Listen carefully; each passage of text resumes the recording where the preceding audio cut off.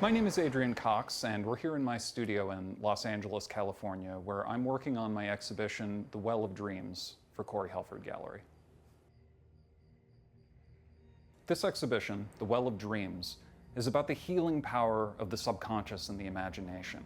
It's about the ways in which the world within, the hidden world, interacts with the world without, the waking world.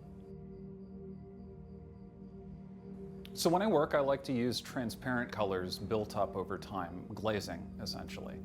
What this does is it allows light to pass through a transparent layer of color, bounce back, and then hit the eye. All of the colors that you see here right now are transparently laid on, and they're not the final layer. Images are going to go on top, paint is going to go on top. But what this means is that the paint that I put on top is going to be interacting with the color that I've laid underneath.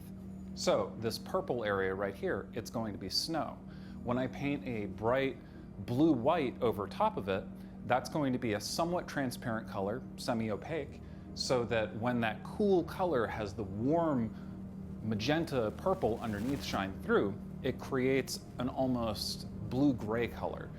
It adds complexity to color, it adds a certain mystery to how the color was created that I like.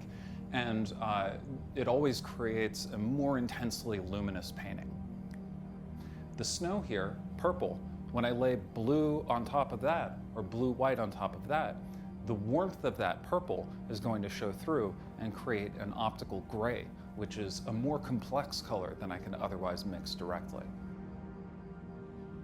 All of my paintings are connected by an ongoing mythic narrative that centers on a group of beings that I call the border creatures.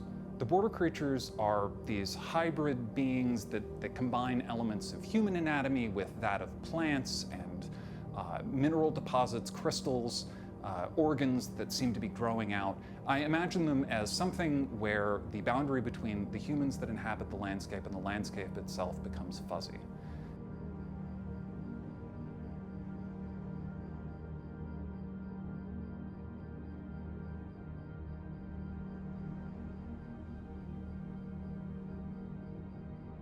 Now, each exhibition that I do is like another chapter in this mythic narrative.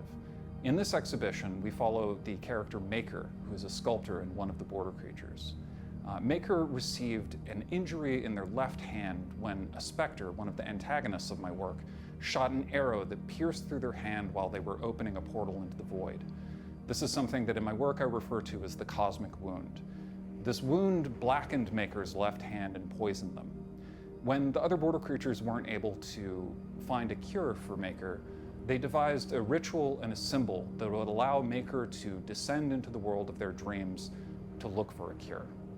So Maker slept and descended into the world of dreams, and in this exhibition traverses many dreamscapes, encountering many challenges and unexpected guides until at last they find what they're looking for, the heart of the dream in which all creative action flows.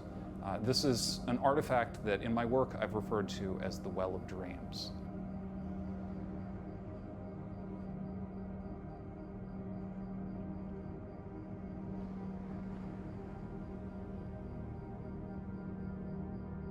Previously, I discussed how I like to build my works up transparently in order to give them a sense of inner light and glow. Now, as I've progressed with these works, I've built up the materiality of them much more heavily, where some areas are transparent and have that glow, and some areas are semi-opaque, where you can see the suggestion of what lies beneath, and others still are heavily, heavily layered impasto. I always seek to have a variety of visual language within my work, a variety of paint application in order to really explore the full range of materiality of what I'm working with. Ultimately, I think oil paint is this alchemical substance that can be really, truly wonderful, where essentially something as simple as colored mud can become a glowing sunset or a snowscape, right?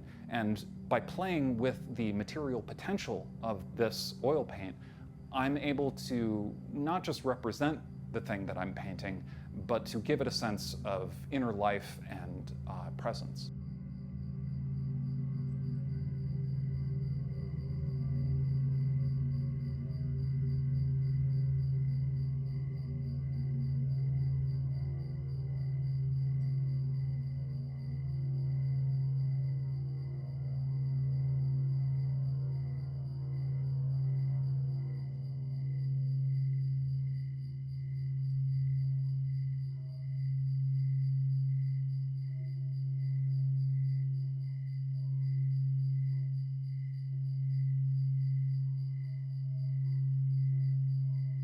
The altar that I've created for this exhibition as an installation brings some of the symbols that occur throughout the works and brings them into the physical world. Viewers are invited to sit and meditate as a border creature might sit and meditate at one of their ritual spaces. This altar also relates to one of my oldest creative habits that I've had since childhood. When I was young, very young, perhaps 5 or 6, I would wander the forest around where I was living and gather anything that I found interesting, animal bones that I'd find, interesting leaves, rocks, and I'd bring them into my bedroom where I would construct elaborate mandalas. Now, this wasn't anything religious for me, it was an aesthetic practice, but even as a child I was interested in this kind of thing, and I think it's something that stuck with me. In this exhibition, I've tried to reawaken this part of myself that goes back to the very roots of my creative origin and bring it into the work that I'm making as an adult. The Well of Dreams is the source of imagination for this character, and it is the means by which they not heal the cosmic wound, but transfigure it.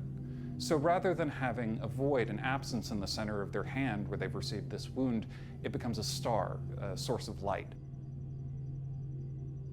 When I make my work, I like to work in a way that I describe as not an indirect line, but a series of swerves. I think that there's something about taking an indirect route to an image that allows for the unexpected to enter. Particularly with this exhibition, where so many of the works represent a particular character's dreams, I found that I couldn't use my usual working process, and so I got a little experimental with how I created these images.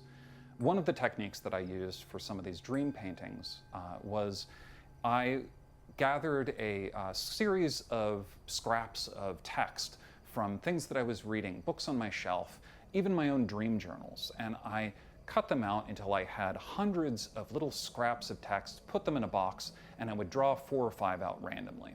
Now, I would have these scraps of paper, seemingly unrelated, and I would arrange them on a piece of paper until I had a sense of a narrative. And then I would write in and fill in the gaps and create something that felt mythic, it felt like the Borderlands, and it felt like a dream. Now, this surrealist technique of generating a story and generating a scene within a dream became a dialogue with my own dreamscapes. Because I was using my own dream journals as raw material to enter into the work, it became less of a matter of illustrating my own dreams and more of creating a dialogue between the work that I create and my own internal world.